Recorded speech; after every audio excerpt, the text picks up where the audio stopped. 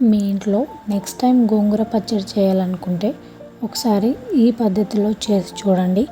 గోంగూర అంటే ఇష్టం లేని వాళ్ళు కూడా ఖచ్చితంగా తింటారు.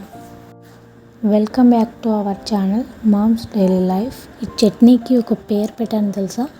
అదేంటంటే budget friendly plus health friendly అనమాట. అదేంటో డిస్క్రిప్షన్లో ఇన్ డీటెయిల్గా పెట్టాను, చూడండి ఒకసారి. తెలుగులో చెప్పాలంటే తక్కువ ధరలో ఎక్కువ ఆరోగ్యం అన్నమాట. ఇంకా ప్రాసెస్లోకి వెళ్ళిపోదామా? ముందుగా గోంగూర ఆకులను ఇలా నీట్గా కడుక్కొని పక్కన ఉంచుకోవాలి. ఇప్పుడు స్టవ్ పైన కడాయి పెట్టుకొని వేరుశనగలను ఇలా వేయించుకోవాలి. కేవలం గుప్పెడు వేరుశనగలు మాత్రమే తీసుకోవాలి. ఇప్పుడు పచ్చిమిర్చిని వేయించుకోవాలి. ఆయిల్ కొంచెం వేస్తూ నిదానంగా వేయించుకోవాలి. మంట లో ఫ్లేమ్లో పెట్టి వేయించుకుంటే ఈ విధంగా వేయిన తర్వాత పక్కన పెట్టుకోవాలి.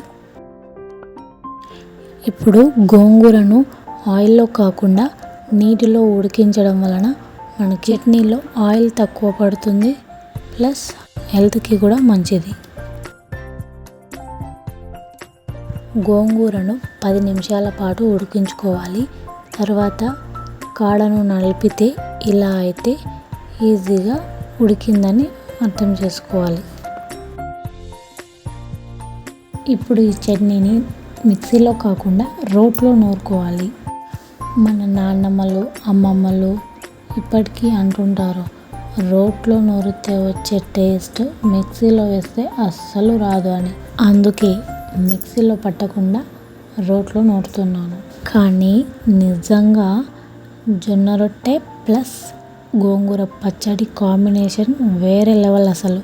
ఒకసారి మీరు ఖచ్చితంగా ట్రై చేయండి. అంటే ఆల్మోస్ట్ అందరూ ట్రై చేసే ఉంటారు, కానీ ఈసారి నెక్స్ట్ ఈ స్టైల్లో గోంగూర పచ్చడి చేసి జొన్న రొట్టెలో పెట్టుకొని తినండి.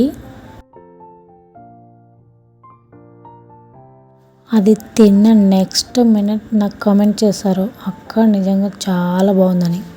ఏమంటారు? అయ్యో, మాటలో పడి ప్రాసెస్ చెప్పడం మర్చిపోయాను. ఫస్ట్ పల్లీలు కచ్చాపచ్చగా దంచుకోవాలి. తర్వాత జీలకర్ర, వెల్లుల్లి, ఉప్పు, పసుపు, మెయిన్ ఇంగ్రీడియంట్స్ తగినన్ని వేసుకొని అవి కూడా దంచుకొని, తర్వాత పచ్చిమిర్చి కూడా వేసుకొని కచ్చాపచ్చగా దంచాలి. మరీ మెత్తగా నూరితే టేస్ట్ ఉండదు చట్నీ.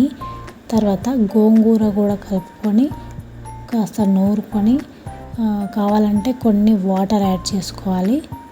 ఇంకా కావాల్సినంత కన్సిస్టెన్సీలో, అంటే గట్టిగా కావాలంటే గట్టిగా, పలసగా కావాలంటే పలసగా నూరుకొని పక్కకు పెట్టేసుకోవాలి.